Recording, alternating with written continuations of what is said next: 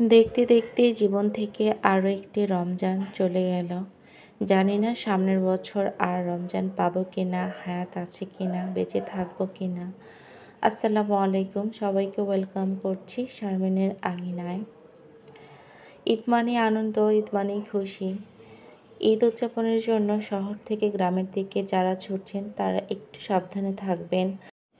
ঈদের সময় রাস্তায় অনেক রকমের দুর্ঘটনা ঘটে, তাই আপনার নিজের এবং পরিবারের দিকে একটু বিশেষ করে খেয়াল রাখবেন। আল্লাহ সবাইকে ভালো রাখুক, সবার ঈদ হোক আনন্দময়। তো আজকে রান্না করব মুরগির মাংস হাতে মেখে। এটাই হচ্ছে আজকে আমার আপাতত ২ দিনের জন্য শেষ রান্না। বাসায় চলে যাব, মানে শ্বশুরবাড়িতে। ওখানে সবার সাথে ঈদ করব। সবার সাথে ঈদ করার আনন্দটা অন্যরকম। আলহামদুলিল্লাহ, আমার শ্বশুরবাড়িতে আমরা হচ্ছি ১০ বউ। ১০ বউ যখন একসাথে হয়ে অনেক আনন্দ হয়, অনেক ভালো লাগে। আমরা ১০ জন ১০টা ফ্যামিলি থেকে বড় হয়েছি। আমাদের ১০ রকমের পছন্দ, ১০ রকমের কথা বলার ধরন। সবার চিন্তাভাবনাও আলাদা আলাদা। সবাই যখন একসাথে হই, আমাদের একজনের মনের কথা আরেকজনের সাথে শেয়ার করি, ভালো লাগে। ঈদ ছাড়া এত বড় আয়োজন আর অন্যান্য সময় হয় না। ঈদেই একমাত্র সবাই একসাথে হই। আমরা যখন একসাথে সবাই খেতে বসি, খুব ভালো লাগে। খাওয়ার সময় কত দুষ্টামি করি সবাই। আমি হচ্ছি ৯ নাম্বার বউ। আমাকে অনেকে দুষ্টামি করে ৯ নাম্বার বিপদ সংকেত বলে। যদিও আমি তাদের জন্য একটুও বিপদ নই। কারণ আমি সবার সাথে খুব ভালো করে মিশে যাই। আলহামদুলিল্লাহ, বিবাহিত জীবনের এই পর্যন্ত কখনো কারো সাথে শ্বশুরবাড়ির ঝগড়া হয়নি। আমার জায়েরা অনেক ভালো, আমাকে অনেক আদর করে। আমি গেলে আমাকে তেমন কোনো কাজও করতে দেয় না। কিন্তু আমি নিজে থেকে চেয়ে চেয়ে কাজ করি, আমার ভালো লাগে। আসলে পৃথিবীটা হচ্ছে গিভ অ্যান্ড টেক। আপনি যাকে যত দিবেন, আপনি তার কাছ থেকে ততটাই পাবেন। আমি সবাইকে অনেক সম্মান শ্রদ্ধা করে বলেই হয়তো তারা আমাকে এত স্নেহ করে।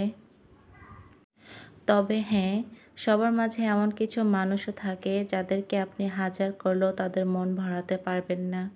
আপনি যদি আপনার কলিজা কেটেও খাইয়ে দেন, তাদের মন ভরবে না, তারা সন্তুষ্ট হবে না। তাদেরকে লাইফের এক সাইডে রেখে জীবনে চলার পথে এগিয়ে যেতে হবে। তারা বারবার চাইবে আপনাকে ভেঙেচুরে শেষ করে দিতে। তাদের কথা মাথায় রেখে তাদের থেকে যতটা সম্ভব দূরে থাকার চেষ্টা করবেন। আপনি আপনার জায়গা থেকে দায়িত্ব পালন করে যাবেন, কারণ দিন শেষে কিন্তু আমাদেরকে আল্লাহর কাছে জবাবদিহি করতে হবে আমাদের দায়িত্ব সম্পর্কে। শ্বশুরবাড়িতে রান্নাবান্নার ব্যাপারে ভাইয়ারা অনেক হেল্প করেন। তারা সব কিছুতে সহযোগিতা করে আমাদের। কাটাকুটি, রান্নাবাড়া। সকালের রান্না তো আমার এক বড় ভাইয়াই করে থাকেন। উনি হচ্ছে আমার ৫ নাম্বার ভাসুর। উনি একাই ১০০, ওনাকে তো আমি সুপারম্যান বলি। সকালে ঈদের নামাজের আগেই উনি সকলের জন্য নাস্তা বানিয়ে ফেলেন। এতগুলো মানুষ, এতগুলো বাচ্চা-কাচ্চা সবার জন্য উনি একাই করতে পারেন। সব বাচ্চারা যখন একসাথে হয় সবাই অনেক আনন্দ করে। ওরা অনেকগুলো ভাই-বোন। ওদের আনন্দ দেখলে আমাদের আনন্দটা আসলে আরও বেড়ে যায়।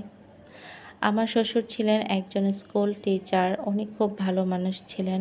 আমার শ্বশুর কিন্তু আমাকে অনেক আদর করতেন। আমার কোনো অসুখ-বিসুখ বা অসুবিধা হলে উনি খুব চিন্তা করতেন এবং টাকা পয়সা বা যেকোনোভাবে আমাকে সহযোগিতা করতেন। আমার হাসব্যান্ডকে সবসময় বলতেন, পরের ঘরের মেয়ে যদি কোনো কষ্ট হয়, জবাবদিহি কিন্তু করতে হবে আল্লাহর কাছে এবং ওর পরিবারের কাছে। তুমি তোমার দায়িত্ব কখনো অবহেলা করবে না।